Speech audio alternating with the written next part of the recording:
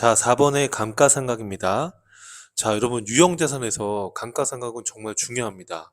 집중해서 들어주세요. 자, 우리가 감가상각이라는 것은 자산을 사용하거나 시간의 경과로 자산의 가치가 감소하는 걸 말해요. 그런데 회계를 공부할 때 반드시 감가상각을 인식해야 되거든요. 그 이유를 간단하게 제가 한번 설명을 드려볼게요. 여러분, 예를 들어서 기기장치를 150만 원짜리를 하나 사서 사업을 3년간 한다라고 가정했을 때 이 기계를 150만 원짜리를 사가지고 만약에 내가 사업을 했을 때 매년 벌어들일 수 있는 수익이 100만 원이다 이렇게 한번 가정해 봐요. 그리고 이 수익과 관련해서 들어가는 또 지출 비용이 30만 원이다 라고 가정해 볼게요. 이렇게. 그러면 만약에 내가 150만 원짜리 기계를 투자해가지고 3년간 내가 사업을 해서 3년 동안 총 벌어들일 수 있는 수익이 300이 되는 거죠. 그죠? 300이 돼요. 그럼 매년간 30만 원의 비용이 지출될 것으로 예상이 된다 그러면 3년 동안 총 발생될 비용은 90만 원이 되는 거죠. 그죠? 자, 그러면 내가 150만 원의 기계에 투자해서 사업을 해서 3년 동안 매년 100만 원씩 300만 원의 수익이 예상이 되고 매년 30만 원씩 3년 동안 90만 원의 비용이 지출될 것으로 예상이 돼요. 그러면 300 수익에서 90만 원 비용을 빼서 210만 원이 3년간의 이익이다 이렇게 생각하면 될까요? 그렇지 않죠. 이 3년 동안 투자한 기계 150만 원에 투자한 이 금액도 3년간 다 없어진 비용으로 봐야 되는 거예요. 이해되세요? 그러면 이 기계 150만 원 투자한 거 3년 동안 다 이게 사용된 거니까 이 150까지 비용으로 보면 우리가 3년 동안에 얻을 수 있는 순이익은 얼마입니까? 지금 300이 수익인데 240이 비용이니까 60만 원이 순이익이다 이렇게 생각할 수 있을 거예요. 그렇죠? 근데 우리는 수익과 비용 보고를 매년 1년 단위로 하거든요. 그럼 1년 단위로 우리가 이제 수익과 비용을 보고한다면 매년 100만 원씩 수익을 낼 수 있고 이 수익을 내기 위해서 들어가는 비용이 30만 원이라고 가정했죠. 그러면 100만 원에서 30만 원을 뺀 70만 원이 매년 이익이다 이렇게 생각하는 게 맞을까요? 우선 말이 안 되죠. 3년 동안 순이익이 60인데 어떻게 1년에 70만 원의 이익이 납니까? 자, 뭐가 빠진 거예요? 그렇죠. 매년 우리가 이 기계에 150만 원을 매년 사용해서 수익을 얻는데 사용했으니까 매년 이 기계를 사용해서 가치가 감소된 감가상각비를 인식해야 되는 거예요. 예를 들어서 150만 원이니까 3년간 쓴다 그러면 뭐 예를 들어서 50만 원씩 이렇게. 그래서 이 50만 원 감가상각 비용을 인식해야지만 1년 동안의 정확한 이익을 측정할 수 있어요. 그래서 이 매년 20만 원씩 3년간 해서 3년 동안 60만 원의 이익이다. 이렇게 생각하는 게 맞잖아요. 그러면 매년 우리가 이익을 보고할 때 이 기계를 사용해서 가치가 감소된 감가상각비, 이 감가상각비 50만 원을 우리가 비용으로 인식을 해야지 우리가 1년 단위의 정확한 이익을 이렇게 구할 수 있는 거예요. 그래서 우리 회계에서는 반드시 매년 이 자산 사용으로 인해서 수익 창출에 기여함으로써 가치가 감소된 감가상각비를 매년 비용을 인식해 줘야 되는 거예요. 이해하시겠어요, 여러분? 그래서 감가상각은 정확한 이익을 구하기 위해서 반드시 반영이 돼야 된다. 그렇게 이해를 하면 돼요. 자, 그렇게 해야지만 또 수익 비용 대응 원칙에 맞다라는 거예요. 수익 비용 대응이라는 게 뭐냐면 우리가 기계를 150만 원에 샀는데 그걸 샀을 당시에는 그 기계를 사용해서 수익 창출에 사용하지 않았잖아요. 그러니까 우선은 아직 수익을 얻기 위해서 그게 사용된 건 아니니까 기계 장치라는 자산으로 인식을 했다가 수익을 창출하는 기간 동안에 감가상각비로 그 수익에 대응을 시키자라는 거예요. 이걸 우리가 수익 비용 대응이다 이렇게 얘기를 합니다. 자, 그래서 감가상각비를 반드시 매년 인식을 해야지만 우리가 1년 단위의 이익을, 정확한 이익을 측정할 수 있다라는 거예요. 이해되시겠죠? 자, 그러면 이러한 감가상각비를 장부에 기록을 할 때 어떤 식으로 회계 처리할 거냐라고 했을 때 회계 처리 방법은 크게 두 가지가 있어요. 직접상각법과 간접상각법이라는 두 가지 방법이 있는데 직접상각법부터 한번 설명을 드려볼게요. 자, 예를 들어서 기기장치를 1월 1일 날 150만 원에 이렇게 취득을 했어요. 차변의 기기장치 자산의 증가, 대변의 현금 자산의 감소. 자, 이처럼 현금이 나갔다고 해서 무조건 비용 처리하는 게 아니라 우선은 아직 사용하기 전이고 미래의 효익을 주는 거니까 3년간 수익을 창출할 수 있는 거잖아요. 그죠? 그래서 우선은 기기장치라는 자산으로 인식을 했다가 매년 적절하게 이 사용을 함으로써 수익 창출에 기여했으니까 그 수익에 대응되는 감가상각 비용을 매년 인식해야 되는 거예요. 이렇게. 그러면 50만 원씩 감가상각 됐다라고 가정해 볼게요. 그냥 가정을. 자, 그러면 우리는 연말에 결산할 때 우리가 1년 단위로 성과 보고를 해야 되니까 요 감가상각비 비용을 장부에다가 기록해 줘야 되는 거예요. 그리고 우리가 1년 동안 사용해서 이 기기장치의 가치가 준 거니까 기기장치라는 자산의 감소로 장부에 기록해 주면 되는 거예요. 이해되시죠? 자, 근데 문제가 뭐냐 하면 이렇게 직접상각법으로 하게 되면 재무상태표에 올해 기말에 이 기기장치는 150에 취득했지만 50만 원만큼 기기장치가 감소했으니까 잔액인 100만 원으로 재무상태표에 이게 표시가 된단 말이에요. 그러면 이 재무상태를 보는 정보 이용자 입장에서 이 100만 원이라는 숫자를 보고 이 기기장치를 얼마에 취득했고 얼만큼 감가상각했는지를 알 수가 없어요. 그렇죠? 그래서 취득원가가 얼마고 감가상각을 얼마 했는지 알 수가 없는 거예요.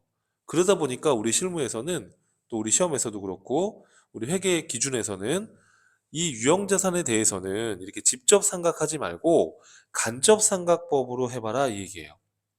그럼 간접상각법이라는 건 뭐냐 하면 자, 기계를 내가 150만 원에 현금으로 이렇게 취득했어요. 그렇죠? 현금으로 취득했어요. 그리고 올해 말에 50만 원어치 감가상각비가 지금 발생됐어요. 그러면 감가상각비라는 비용의 발생으로 기록을 해주고 자, 대변에다가 기계장치라고 바로 분계를 하게 되면 이게 나중에 이 재무상태표에서 얼만큼 취득했고 얼마에 취득했고 얼마를 감가상각했는지를 알 수 없다고 그랬잖아요. 그래서 관리 목적상 대변에다가 기기장치라고 이렇게 직접 자산을 감소시키는 게 아니라 자, 여러분, 감가상각 누계액이라는 계정 과목을 사용해서 이 기기장치가 감가상각됐다라는 계정 과목을 이렇게 설정해서 관리하는 겁니다. 이해되세요, 여러분? 어. 자, 이렇게 해서 감가상각 누계액으로 관리를 하자는 거예요. 그럼 이 감가상각 누계액이라는 거의 계정의 성격은 이름만 감가상각 누계액이지 이 기계장치의 가치 감소를 나타내는 계정이죠. 그래서 해당 자산인 이 기계장치의 차감 계정이다 이렇게 얘기를 하는 거예요. 기계장치의 차감 계정 과목이다 이렇게 얘기를 하는 겁니다. 기계장치의 차감 계정이다 이렇게요. 기계장치의 차감 계정. 자, 왜 기계장치의 차감 계정이라고 하냐 하면 대변에다가 기기장치를 바로 없애지 않고 이 기계장치의 감소를 나타내는 이 누계액을 썼기 때문에 자, 여러분 요 감가상각 누계액은 기기장치의 차감이라고 그랬잖아요. 그래서 그러다 보니까 대변에다가 분계를 했지만 우리가 재무상태표에다가 이거를 보고할 때는 표시할 때는 대변의 계정 과목이 이렇게 있지만 재무상태표에다가 표시할 때는 요 기기장치 바로 밑에다가 이 기기장치 바로 밑에다가 이렇게 차감적으로 표시를 하는 거예요. 기기장치 바로 밑에다가 감가상각 누계액으로 기기장치가 50만 원이 감소됐어라고 차감적으로 표시를 해주는 거예요. 그래서 이거를 차감 계정이다 이렇게 얘기하는 거예요. 이해하시겠어요, 여러분? 이렇게 자, 이렇게 간접상각법으로 하게 되면 우리가 재무상태표를 봤을 때 자, 재무상태표를 봤을 때 기기장치는 150으로 지금 기록돼 있으니까 그쵸? 이때 기기장치를 바로 없애지 않았잖아요. 그래서 취득원가로 이렇게 나타나게 되고, 그리고 기기장치의 감소를 나타내는 감가상각 누계액이 이렇게 차감적으로 표시가 되니까 재무 상태표를 보고 기기장치가 취득원가가 150이고 감가상각으로 가치가 감소한 게 50이구나 라는 거를 이렇게 알 수 있는 거예요. 그러니까 직접상각법보다 훨씬 더 정보의 유용성이 높아진다는 겁니다. 그래서 우리는 감가상각에 대한 회계 처리를 할 때 이렇게 직접 자산을 감소시키지 않고 유형자산에 대해서 감가상각 누계액으로 자산을 감소시킨다라고 보시면 되겠어요. 이렇게 해당 자산의 차감 계정으로 기록한다. 이렇게 생각하시면 되겠습니다. 이해되시죠, 여러분? 자, 그래서 이 회계 처리를 반드시 여러분 숙지해 주셔야 돼요. 자, 그러면 자, 감가상각비를 매년 우리가 이렇게 50만 원씩 계상을 해줘야 되는데 이 감가상각비를 계산하기 위해서 감가상각의 3요소를 알아야 돼요. 감가상각의 3요소. 자, 감가상각의 3요소라는 것은 요걸 말하는 거예요, 여러분. 자, 얼마에 취득했고, 취득원가가 얼마고, 이 자산을 몇 년간 사용할 수 있을지 추정을 해보는 거예요. 그거를 내역연수라고 해요. 그리고 이 자산을 다 쓴 다음에 처분할 때 잔존 가치가 남아있을 수도 있잖아요. 그래서 그 잔존 가치가 얼만지 남아있는 가치가 있을 수 있죠. 예를 들어서 뭐 기계다 그러면 3년간 다 쓰고 나서 이 고물상에 팔면 고철값은 받을 수 있잖아요. 그죠? 이렇게 남아있는 가치가 있을 수 있으니까 그거를 추정하자는 거예요. 그래서 내역연수나 잔존 가치를 최대한 추정해서 이 취득원가 얼마에 취득했고 몇 년간 사용할 것이고 남아있는 잔존 가치가 얼마인지 이런 걸 추정을 해서 우리가 매년 감가상각 비용을 장부에 인식해 줘야 되는 겁니다. 이해되시죠?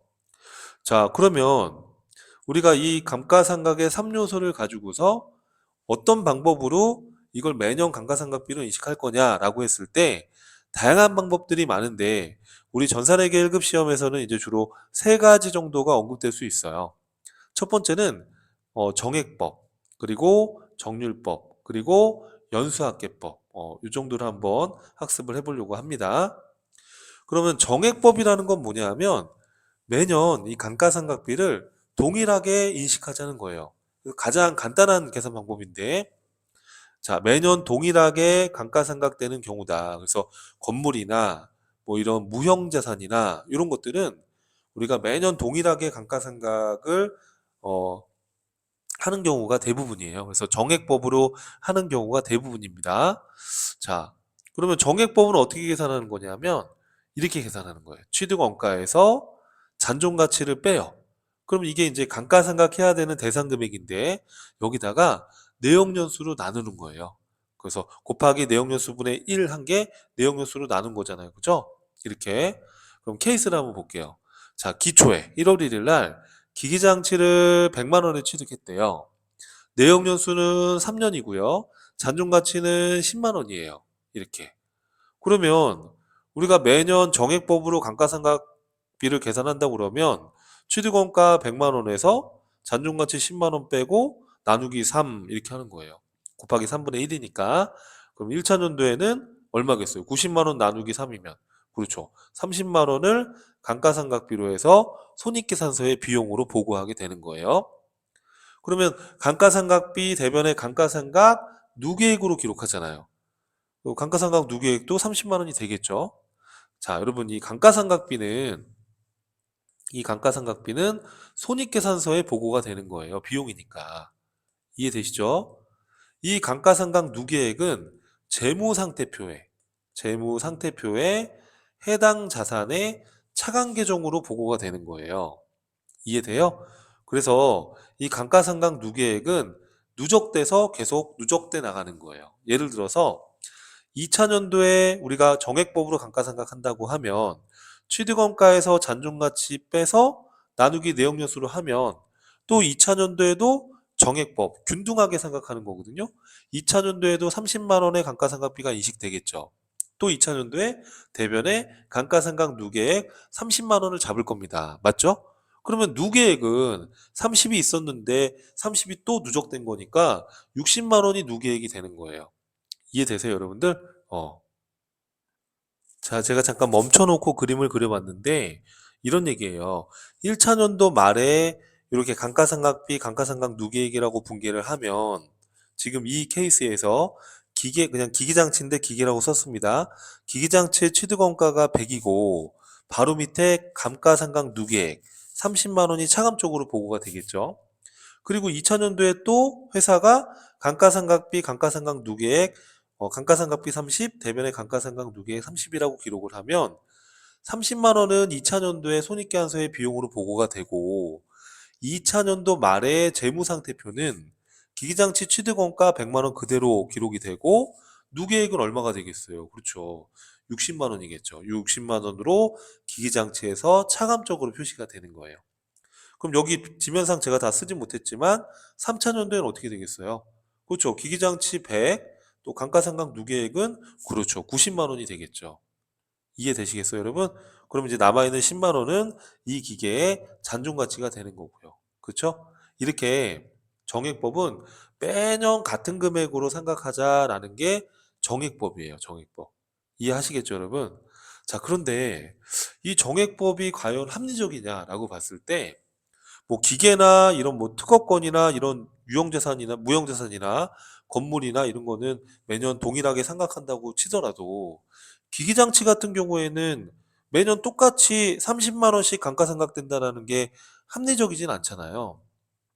보통 우리가 이제 기기장치 같은 걸 취득을 하게 되면 성능이 처음엔 좋으니까 수익 창출 기여에 많이 했을 거란 말이에요.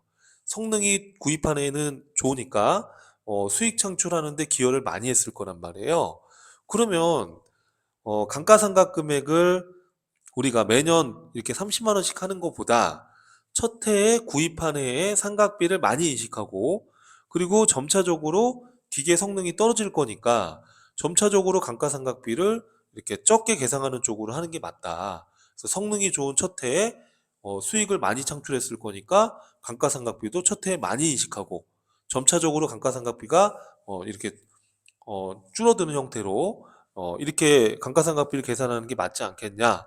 이게 수익 비용 대응에 적합하지 않겠냐라고 해서 나온 게 정률법이에요.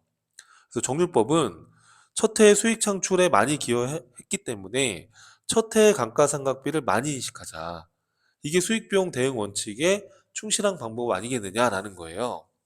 그래서 우리 뭐 차량이나 기계나 이런 일반적인 자산은 우리가 정률법으로 계산하는 게 일반적이에요. 꼭 그렇게 어, 안 하는 기업도 있겠지만 대부분은 뭐 기기장치다 그러면 정률법으로 이렇게 하는 게 일반적이다라는 거죠. 그럼 정률법은 계산식이 어떻게 되냐면 취득 원가에서 감가상각 누계액을 빼요. 감가상각 누계액, 기초감가상각 누계액에 정확히 표현하면 기초상각, 기초감가상각 누계액을 빼서 정률이라는 상각률을 곱하는 거예요. 여러분 이 정률이 산식이 아주 복잡해요. 자, 이 산식을 외울 필요는 없지만 참고해봐요. 정률을 계산한 이 정률이라는 건 이제 상각 비율인데 이 취득원가에서 잔존가치가 차지하는 이 비율 있죠? 이거를 루트의 n승, 감가상각 횟수만큼 이렇게 해서 이제 남아있는 이 비율을 계산하고 전체 1에서 이 잔존가치 비율을 빼게 되면 이 남은 비율을 뺀 거니까 나머지는 삼각된 비율로 보는 거예요. 그러니까 우리가 정액법 같은 경우에는 잔존가치를 여기서 뺐잖아요.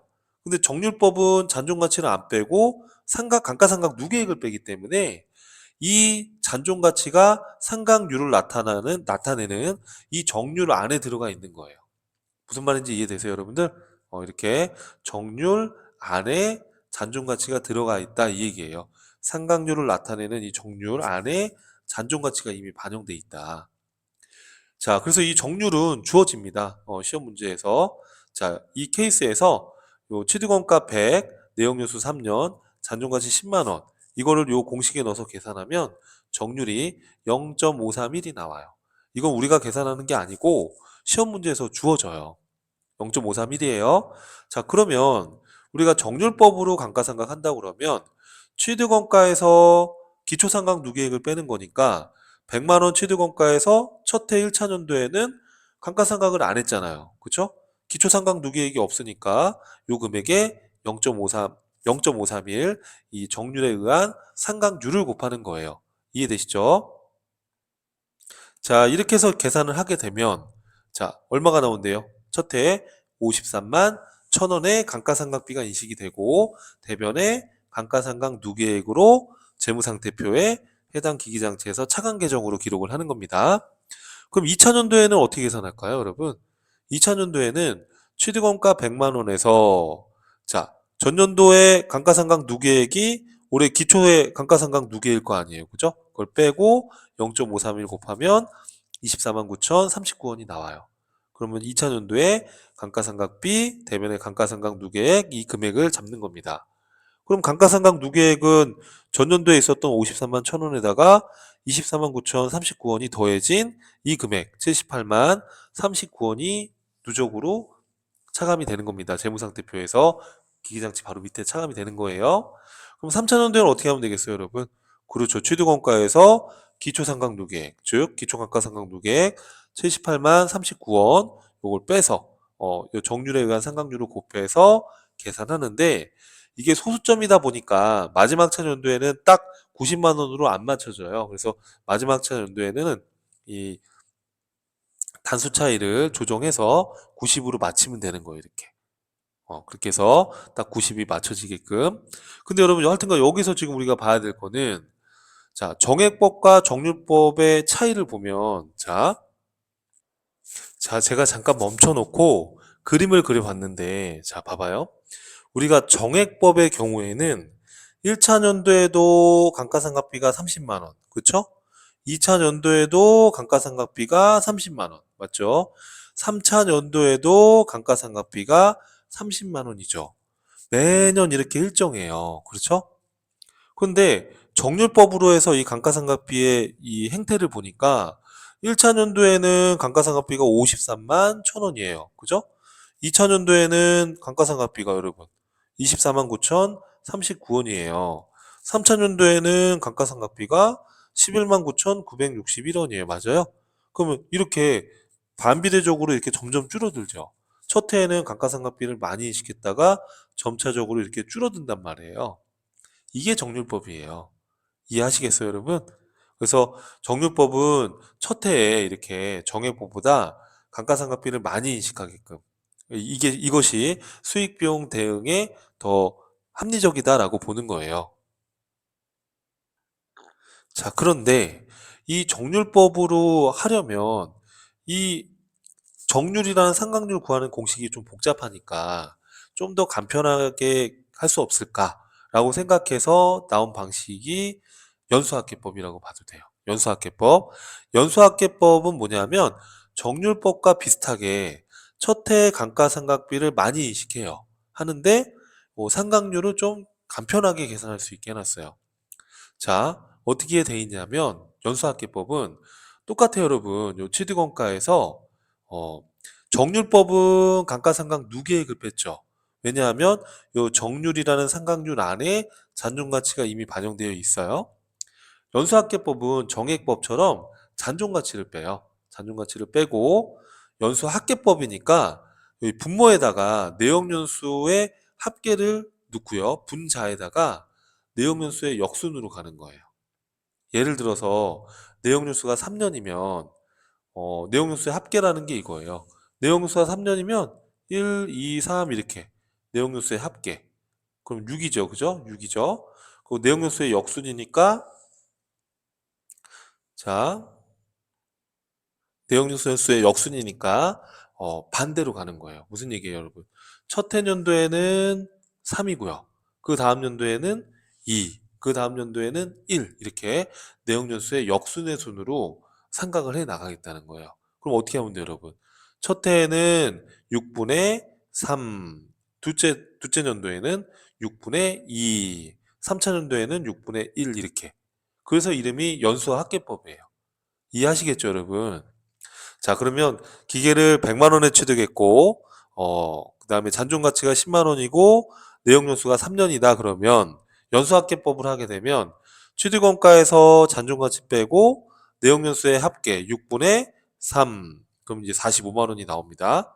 그럼 감가상각 누계액도 45만 원이 쌓이게 되고 2차년도에는 어떻게 하면 돼요, 여러분? 취득원가에서 잔존가치 빼고 그렇죠. 6분의 그렇죠. 2. 그러면 얼마예요, 여러분? 이게 3분의 1이니까 30만 원이 되겠죠? 그럼 감가상각 누계액은 45만 원에서 30만 원이 더 추가가 되면 75만 원이 재무상태표에 누계액으로 그 기기장치 바로 밑에 차감적으로 표시가 되는 거예요. 3차년도에는 그렇죠. 100만 원에서 10만 원 뺀 금액에 그렇죠. 6분의 1 이렇게. 그러면 이게 15만 원이 나옵니다. 그럼 75만 원에서 15만 원 더하면 90만 원이다 이렇게요. 정액법과 다르게 첫 해년도의 감가상각비가 더 크죠. 정액법은 30이었잖아요. 매년 45, 30, 15. 그래서 반비례적으로 감가상각을 하는 건 맞아요. 그죠? 이렇게 첫 해의 금액이 크고 점차적으로 줄어드는 형태로 나오긴 하죠. 그런데 요 상각률 계산이 정률법보다는 조금 간편하다. 예, 그래서 이렇게 연수합계법이라는 방법도 있다. 그렇게 여러분 이해를 하시면 되겠습니다. 이 외에도 이제 이중체감법이나 생산량 비례법이 있어요. 그래서 이거는 여러분 가볍게 보고 구체적인 건 또 전산 세무 2급에 가서 보셔도 상관없어요. 그래서 회계 1급 할 때는 연수합계법까지는 여러분이 정리를 하고 나머지는 이런 게 있다라는 거 정도 보셔도 괜찮습니다. 참고로 이중체감법은 뭐냐면 정액법의 배법이라고도 불러요. 왜 그러냐면 취득원가에서 대신에 이제 정액법은 잔존가치를 빼지만 이중체감법은 감가상각 누계액을 빼요. 그래서 정액법의 배법이라고 하는 이유가 내용연수분의 1 한 게 정액법이잖아요. 거기에 곱하기 2배수 한 거예요. 그래서 정액법의 배법이다. 이렇게 해서 이중체감법이라는 방법도 있고 생산량 비례법은 생산량에 비례해서 상각을 하자는 거예요.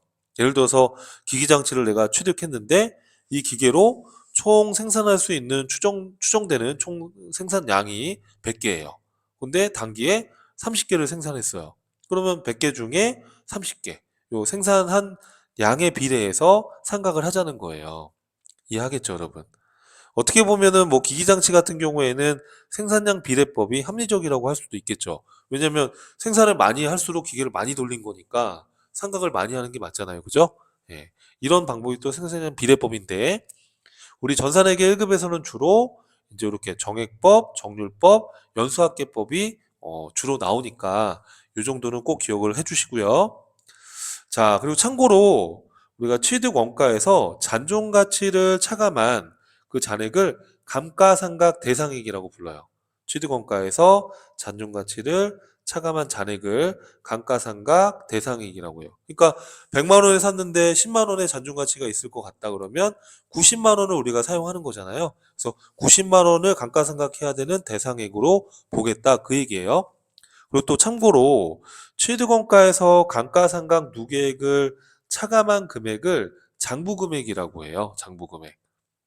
예를 들어서 1차년도에 장부금액은 얼마예요? 이 경우에 취득원가 100만 원에서 감가상각 누계액 정액법으로 했다 그러면요.